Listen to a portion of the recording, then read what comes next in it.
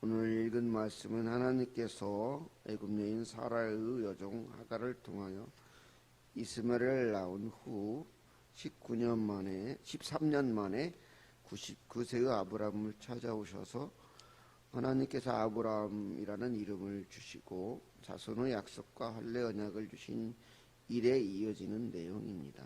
하나님께서는 또 사레에게 사레의 이름을 사라로 바꿔주시고 약속하신 자손에게 기쁨이라는 의미의 이삭이라고는 이름을 주셨습니다. 그리고 그가 태어나면 그와 언약하시겠다고 말씀하셨습니다.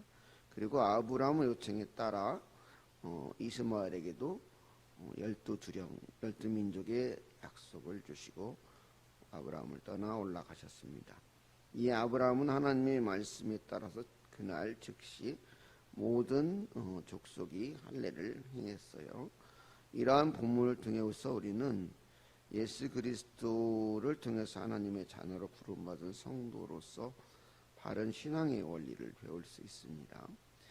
성도는 어떻게 신앙생활하는 바른 신앙생활일까요? 첫째는 하나님 중심으로 살아야 합니다. 본문을 이끄는 두 단어는 이게 문장을 이끄는 단어를 보면 하나님이와 아브라함이에요. 하나님이 그리고 아브라함이 이게 두 문장을 이끄는 두 중심 단어예요. 근데 여기서 먼저 이제 하나님께서는 본문의 주인이 되신 분으로서 아브라함을 아브라함으로 그리고 사례로 바꿔 주셨어요. 이렇게 이름을 그리고 또 이삭이라는 이름을 주셨잖아요. 그는 이렇게 이름을 바꿔 주신 그 의미는 그 이름 속에 신분과 위치가 있죠. 변화를 의미하는 거예요. 그리고 또 중요한 것이 있는데 부족적 존재에서 국가적 존재, 또 왕적 존재, 더 나아가서 인류의 구속적 계보를 이을 그러한 영원한 언약의 존재로 변화를 의미하는 거예요. 그러니까 우리들이 보통 어른들이 물론 옳지는 않은 일이지만 우리 어른들은 보통 장명을 한다고 하고 어떤 사람은 30만 원짜리 이름이야, 어떤 100만 원짜리 이름이야, 막 이름에 걸맞는 사람으로 살아야 된다고 그런 얘기를 하잖아요. 있어요. 없는 게 아니에요. 그래서 이름을 지을 때 상당히 기도를 하시고 자녀들이나 손자들 태어나면 하나님께서 주시는 귀한 이름을 지은 게 또 그게 중요한 일이에요. 근데 우리는 어떤 이름을 가졌지요? 그리스도인이라는 이름을 가져. 하나님의 자녀라는 이름을 달고 살아요. 예수 믿는 사람이라는 이름을. 그러니까 저는 또 거기에 따라 또 목사라는 이름까지도 달았잖아요. 여러분은 권사, 장로, 성도, 최소한 이런 이름을 달고 살잖아요. 그렇게 그 이름에 걸맞는 삶을 살아야 되는 거예요. 그래서 그렇게 하나님께서 이름을 바꿔주신 것은 그런 의미가 있는 거예요. 너는 이제 그런 하찮은 그런 존재가 아니야. 나의 구속적 언약을 이룰 그런 존재이기 때문에 너는 그렇게 살아야 돼. 내가 그렇게 너의 삶을 이끌 거야. 그런 의미가 있는 거예요. 그리고 보면은 사라가 90세, 아브라함 100세 아들을 낳잖아요. 이건 불가능한 출생을 하는 거예요. 하나님은 하나님의 구속적 사역을 이루기 위해서 불가능한 일을 가능케 하여서 지금 이 일을 진행하시는 거예요. 야곱의 둘째죠. 그 부인 라헬을 통해서 태어난 요셉도 거의 그렇게 불가능한 출생에서 거의 불가능한 출생이죠. 거기는 그 다음에 사무엘의 출생도 한나가 낳은 사무엘도 그렇고 세례 요한의 출생도 그러하고 또 예수님의 출생도 그렇잖아요. 그렇게 이런 출생들은 하나님의 구속적 정륜을 이루기 불가능한 일을 가능케 하셔서 하나님께서 뜻을 이루는 거예요. 그리고 그렇게 하니까 그러한 불가능한 일을 얘기하니까 신실한 그 아브라함도 웃을 수밖에 수밖에 없었을 거예요. 그러니까 하나님 오히려 이스마엘이나 잘 살려주기를 바랍니다 이렇게 말하잖아요. 그래도 하나님은 그러한 요청까지도, 그런 아주 인간적인 생각에서 나온 그런 요청까지도 들어주셨어요.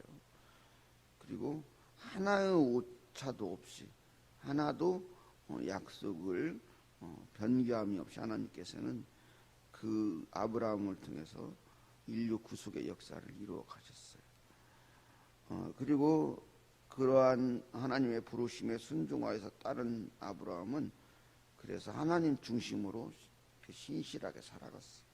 그래서 결국에는 하나님 온전한 뜻을 이루는 믿음의 조상이 되었지요. 그렇게 또 하나님의 뜻 안에서 예수 그리스도를 통해서 하나님의 자녀 부름받은 우리도 하나님 중심으로 이렇게 돼서 살아야 합니다. 두 번째는 성도는 하나님 말씀에 순종하는 삶, 순종해야 돼요. 두 번째 그 아브라함 2에서 나온 아브라함이에요. 아브라함은 본토 친척 아비 집을 떠나서 내가 너에게 지시할 땅으로 가라는 하나님의 말씀에 따라서 75세에 자기가 정말 살기 좋은 곳이에요. 그 갈대아우로도 당시에 최고의 문명, 아주 살기 좋은 그곳을 아버지 데라가 하나님 부름받고 떠나요. 떠나갖고 쭉 오다가 지금 아람에서 머무르는 거야. 지금 밥단 아람이라고 하잖아요. 거기 머무르고 있으니 하나님께서 그 데라를 죽게 하잖아요. 그리고 다시 아브라함을 부르는 거예요. 아브라함은 그거 다 봤잖아요. 그런 과정을. 그냥 하나님 말씀에 순종해서 75세에 떠났어요. 아마도 아브라함은 하나님 부르지 않으셨을 거예요. 근데 그 부르심에 순종한 사람이 아브라함이라는 거예요.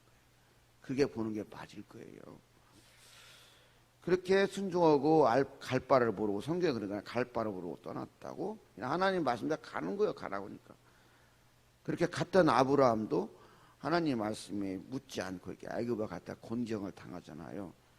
근데 애굽에서 나올 때 성경에 은금과 뭐 이런 거 막 집것 좀 하고 나왔다고 했는데 거기에 한 가지 또 따라온 게 있어요. 사레의 여종 애굽 여인 하갈이 따라와요. 그 하갈이 문제점이 되는 거예요. 그 하갈을 통해서 이스마엘을 낳게 되거든요. 다른 건 다 믿겠는데 하나님께서 자손은 안 줄란가 비네. 그러니까 사레죠. 그때는 사레가 아브라함을 꼬드기잖아요. 여보 괜찮으니까 이 여자를 통해서 자손을 낳아. 이러다가 우리 그냥 늙어서 그냥 애도 못 보고 가게 생겼네. 그러니까 꼴딱 넘어가가지고 애를 낳잖아요.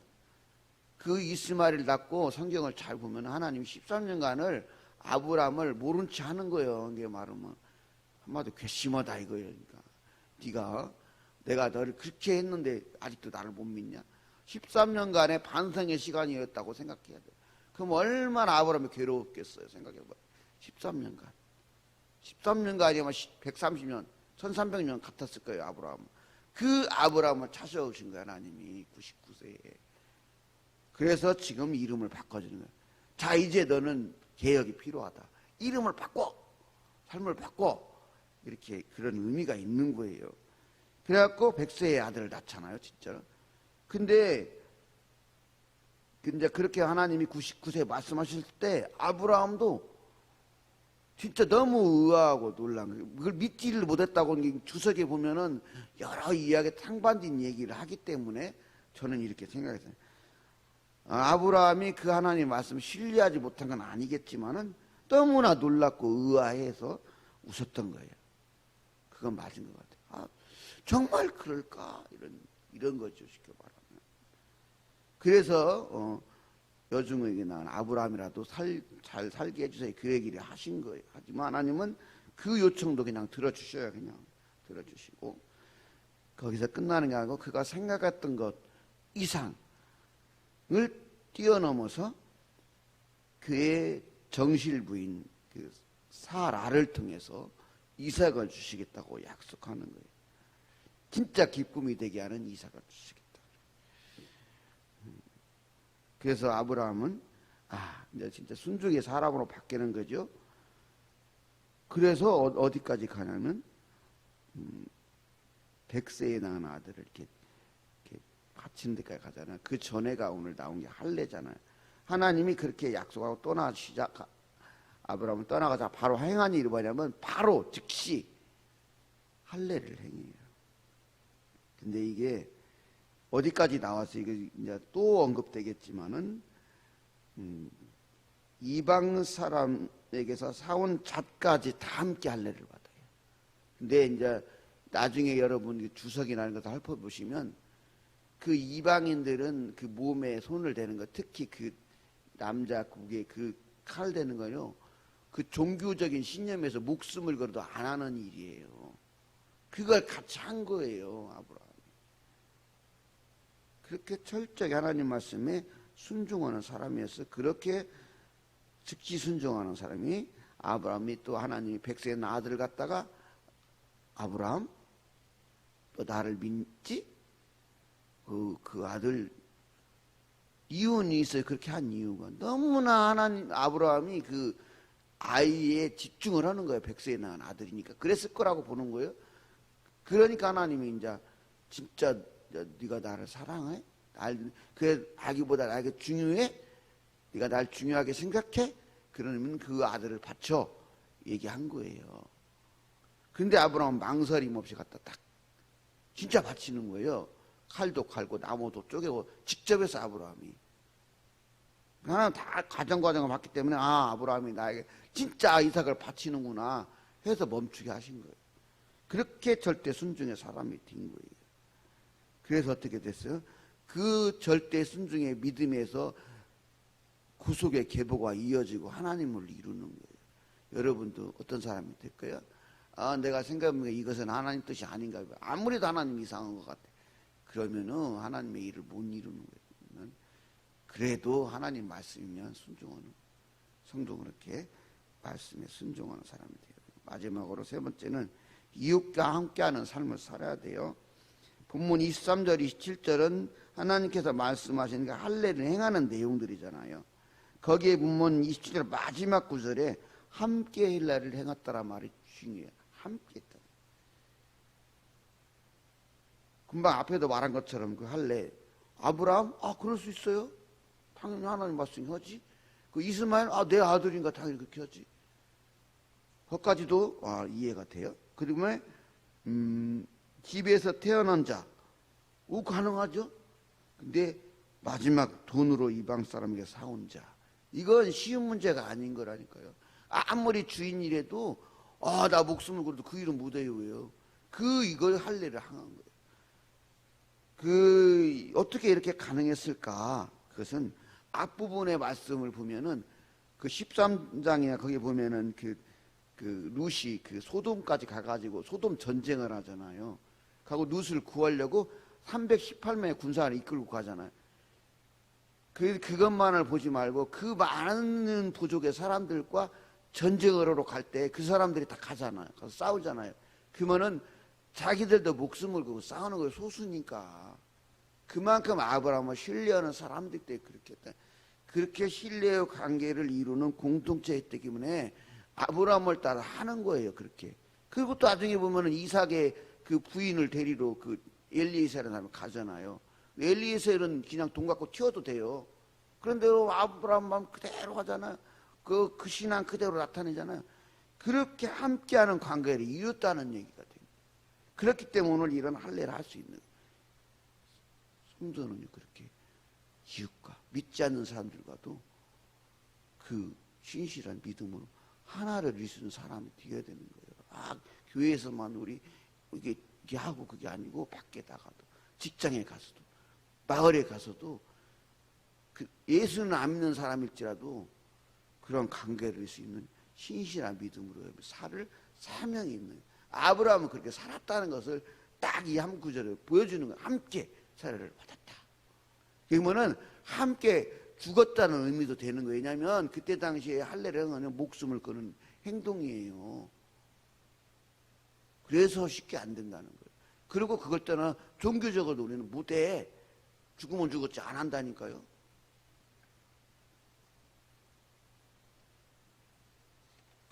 그래서 그리고 믿지 않는 사람들, 그 사람들일지라도 하나님께서 마지막 죽기 전, 그 다음에 하나님께서 예수님 오셔서 심판하는 그날까지는 구원의 문이 열려있기 때문에는 함께 해야 되는 거예요. 그 사람들 이 구원으로 인도할 사명이 우리에게 있기 때문에 그렇게 성도들은 이웃과 함께하는 삶을 살아야 되는 거예요. 이 본문을 통해서 우리가 이렇게 우리에게 주신 말씀처럼 우리는 하나님 중심으로 살아야 돼요. 그리고 하나님 말씀 순종해야 되고 이웃과 함께하는 삶을 살아갈 수 있도록 고민하고 그렇게 노력해야 되는 거예요. 때로는 우리를 내어주기도 해야 돼요.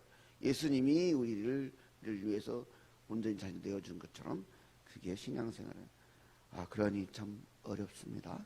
그러나 그렇게 해야 되는 거예요. 그걸 우리에게 오늘 말씀해 주셨어요.